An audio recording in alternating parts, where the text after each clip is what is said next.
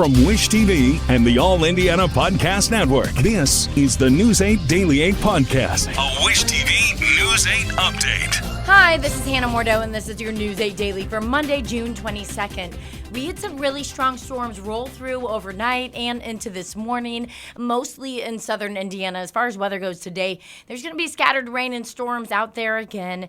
Nothing severe, but just have that rain gear ready, and it's really not going to be all that warm, about mid-50s to around low 70s for the day. Your day moves fast. Your news should too. That's why there's a new and improved Wish TV app, bringing you more local news, breaking alerts, live streaming, weather forecasts, radar, and Indiana sports, all in one place. Customize your news feed to see the stories that matter most to you and get the information you need when you need it. Download the new and improved Wish TV app today on iOS or Android and take News 8 with you everywhere. Hey, sweetie, your mother showed me this Carvana thing for selling the car. I'm going to give it a try. Wish me luck. Me again. I put in the license plate. It gave me an offer. Unbelievable. Okay, I accepted the offer. They're picking it up Tuesday from the driveway. I haven't even left my chair. It's done. The car's gone. I'm holding a check. Anyway, Carvana, give it a whirl. Love ya. So good, you'll want to leave a voicemail about it. Sell your car today on Carvana. Pickup fees may apply. Your statewide news network covers Evansville, where the Emergency Management Agency in Vanderburgh County says several tornado warnings were issued Sunday night. Officials posted some pictures that you can see at wishtv.com. They posted them just after 7:30 last night. This was just over I-69 as the storm moved east. The EMA says the area is now warning-free. Indiana State Police say there is significant damage from storms in Newburgh. Troopers tell us they are staying on patrol in Warwick County and in Evansville to help where they're needed. In a post on Facebook, ISP said our hearts go out to everyone affected. We're thinking of the families, businesses, and communities facing cleanup, repairs, and recovery in the days ahead. Many people in southern parts of the state are waking up in the dark this morning. According to poweroutage.us, more than 12,000 customers are without power. Warwick County has the most outages with more than 1,600 without power. Duke Energy is reporting 5,500 outages. AES Indiana is only reporting 790 outages. This is as of 4:30 this morning, all those outage numbers. We will, of course, keep you updated on those numbers as the morning goes on Wish TV and on wishtv.com. In Gibson County, the sheriff says crews will be assessing damage this morning after some people reported homes were obliterated in the storm. In posts on social media, the Gibson County sheriff says weather sirens in Owensville did not go off. He also says sirens in the east side of Princeton did not go off. He says this morning county officials will be doing assessments of the sirens that did not go off. 65 east. State Road 65 south of Owensville, going east around 850 south. There's been a lot of damage, some houses completely obliterated. And then there's down in Warrenton, there was some damage. I know on State Road 168, just north of 41, there was a tornado spotted. We're checking these areas. This is a active scene right now, and we ask all the looky-loos to please stay home. At the time of recording that video, the sheriff also says he had not received any reports of injuries. In Harrison County, the Emergency Management Agency is also responding to concerns about outdoor warning sirens in the area. In a post on social media, officials say its warning sirens should have sounded twice. One was activated manually, and the second should have occurred automatically after an additional tornado warning was issued. In the post, though, officials say after reviewing the situation, we determined that the issue was related to how the warning was issued by the National Weather Service. The warning was designated for northern Harrison County, and our automated siren activation system does not always recognize partial county warning designations. Unfortunately, this is an issue that occurs occasionally and can prevent the automated activation process from functioning as intended. We understand the concern this may cause, and we are reviewing the situation to determine options that may be available to reduce the likelihood of this occurring in the future. The severe weather also went through Gosport, where people were already cleaning up from last week's tornadoes. A viewer sent us a video. You can see it at wishtv.com. A lot of places and buildings in Owen County had already had damage from last week's severe weather. There's no reported injuries in the area as of this morning. In Noblesville, a concert's back on at Ruoff Music Center tonight after officials say it was postponed yesterday due to that severe weather. The music venue posted on Facebook yesterday that it was delaying the concert for Santana and the Doobie Brothers. It's going to be tonight now. Officials say all tickets will be honored for tonight's new show. Concert starts at 7 p.m. Happening today, the Greenwood Plan Commission is set to hear a proposal on a Buc-ee's coming to the area. Buc-ee's are known for their massive gas stations and other unique offerings. News 8's Justin Razavi reports. It's this large plot of land in Greenwood, just off of I-65 south of Worsville Road, where the city of Greenwood says it's planning to build the state's first Buc-ee's gas station. Greenwood Mayor Mark Myers says his city has been working with the Texas-based Buc-ee's for 3 years to secure a location. We're really excited to have them come in. We were excited when they reached out to us that we got on their map as a place to be. The massive travel center would include 120 fueling stations and 42 electric vehicle stations. For us, it means a lot of jobs. It's going to also mean the income tax we'll get off of it, the fuel taxes we'll get off of it. All these are good things for the community. The news of a possible Buc-ee's is exciting some nearby residents. Well, I love Buc-ee's, so I say bring it on. I'll probably be there all the time. It'll probably be a problem for me. But for some others, the business development isn't welcome in the area. We wanted to live out in the country, to be out in the country, and this is going to have a significant amount of light pollution on top of the increased traffic and dangers there. I actually like Buc-ee's. I've got T-shirts. I've got it all. I just don't want them in my backyard.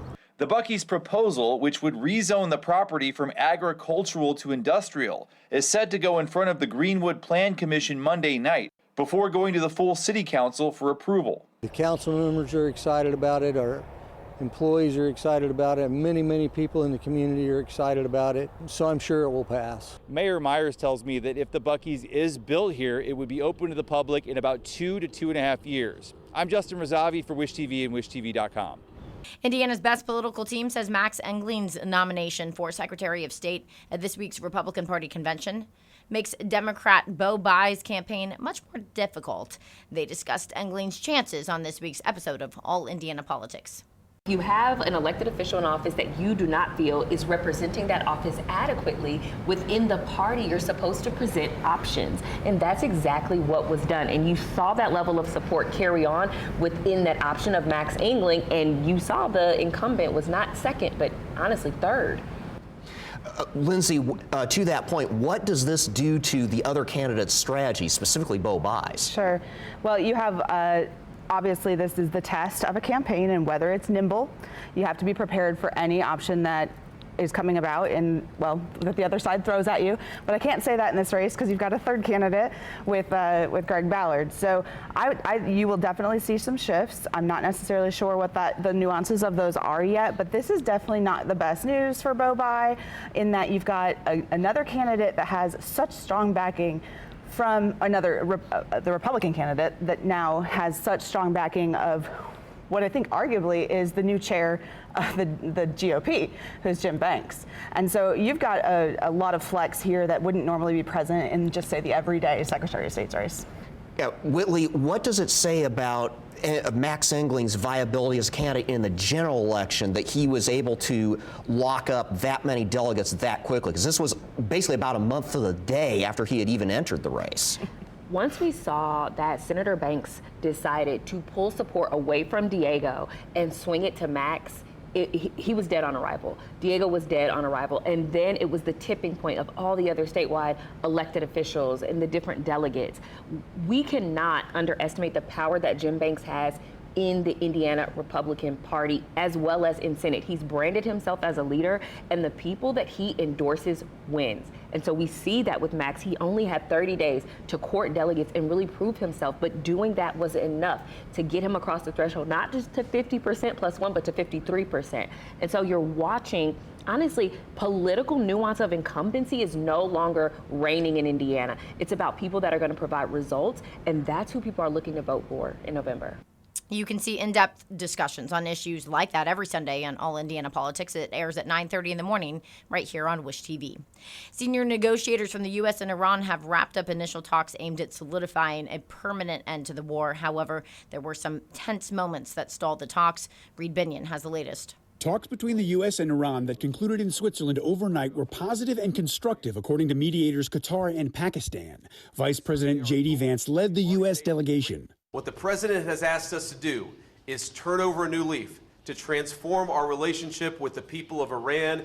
Iran's foreign minister said sanctions on Iranian oil were waived and some of its assets frozen abroad were released. There were some tense moments that stalled the talks after President Donald Trump made comments to Fox News threatening the Iranian delegation, angering Iran's top negotiator. Trump said the U.S. could resume bombing Iran and take over the Strait of Hormuz if a deal is not reached. But after talks ended, mediators said the U.S. and Iran formed a line of communication to manage incidents in the strait, raising hopes for stability. As the talks were unfolding in Switzerland, back in the U.S., a mixed reaction among Republicans, including Trump's own former Secretary of Defense. I like the fact that we've extended the ceasefire. I like the fact that the strait is being opened up. When I look at the MOU, there are many of the points that I have serious questions about. Democrats criticizing Trump's handling of the war and the negotiations to end it. The way he is trying to bring us out of this war not only speaks to the failures of the war in total, but it also speaks in a bipartisan way to how bad of a leader he is. I'm Reed Binion for Wish TV and WishTV.com. The Associated Press reports that British Prime Minister Keir Starmer is likely to announce an exit timetable today. Starmer has faced pressure from ministers in the ruling Labour Party to resign. He would be the country's sixth leader to resign in 10 years. Starmer led Labour to a landslide victory less than 2 years ago. He has faced pressure from opponents and supporters on policies concerning the cost of living, public services, and a scandal involving a British ambassador to the U.S. being a friend of Jeffrey Epstein. President Trump says the reflecting pool will likely need to be drained again for repairs. The president said over the weekend vandals had damaged the pool. Police say they arrested 5 people for vandalism and issued citations to 5 other people. One of the people arrested was a U.S. Olympian, David Hearn. Hearn says he was acting as a curious citizen and denies any wrongdoing. It is not clear when the pool might get drained, but it has been dealing with a lot of that algae issue since it had been refilled post all of the initial repairs that were made to the pool. The Indiana Fever are looking to get back to their winning ways as they host the Phoenix Mercury tonight. The team suffered 2 losses to the Atlanta Dream last week. Losses on Thursday and Saturday have set the team back after a 4-game winning streak. Head coach Stephanie White talked about the Fever and what they need to do to get back on track. There's been an emphasis to call a lot of fouls. Freedom of movement's been an emphasis. We've seen foul calls go up altogether. I think individually, certainly there are some things that we can do to keep ourselves from being as vulnerable, and collectively there are some things that we can do to have each other's backs so where we're not in those positions. So it's a combination of things. Fever are set to tip off at Gainbridge Fieldhouse at 8 tonight. Hundreds of athletes from across the country, including Indiana, are now in St. Paul, Minnesota to compete in the 2026 Special Olympics USA Games. Those athletes arrived in style in a private jet. The games run through Friday and will unite around 3,000 athletes, 10,000 volunteers, and 75,000 fans. Home and field in St. Paul is no stranger to busy travel days, but these flights carry much more special cargo. We're doing an airlift for the Special Olympic athletes. Like clockwork, athletes from all over the country landed in St. Paul Friday. More than 130 flights will land every 3 to 4 minutes, delivering more than 800 athletes here to the Twin Cities.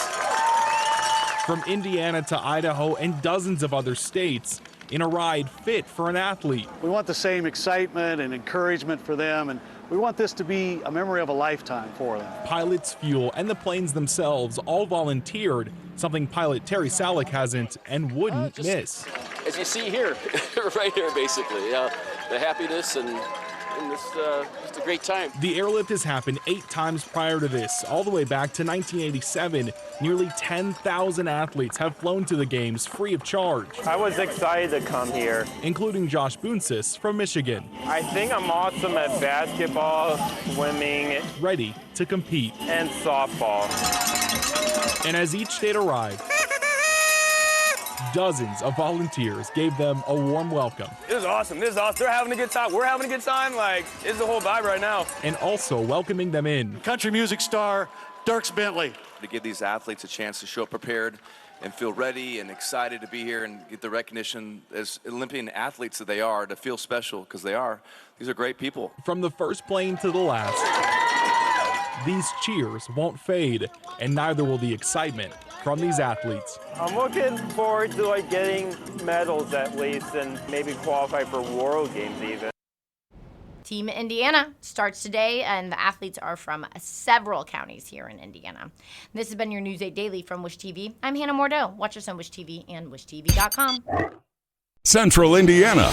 Wish TV is now live on YouTube TV and Hulu Live, offering more hours of local programming than any other station. Search for Wish TV or look for CW8 on both YouTube TV and Hulu Live to find us. Watch local news, sports, and lifestyle shows live from Wish TV. You can still catch Wish TV free over the air or stream it live on WishTV.com and on the free Wish TV mobile apps. Wish TV, available in more places for the latest news, weather, and sports. This is the News 8 Daily 8 podcast, a Wish TV News 8 update on demand. For even more, on demand and on the go, connect with Wish TV on Facebook at WishTV.com and on the free Wish TV mobile app. Thank you for listening, and be sure to like, subscribe, and follow this podcast for updates every weekday morning on the All Indiana Podcast Network and wherever you get your podcast.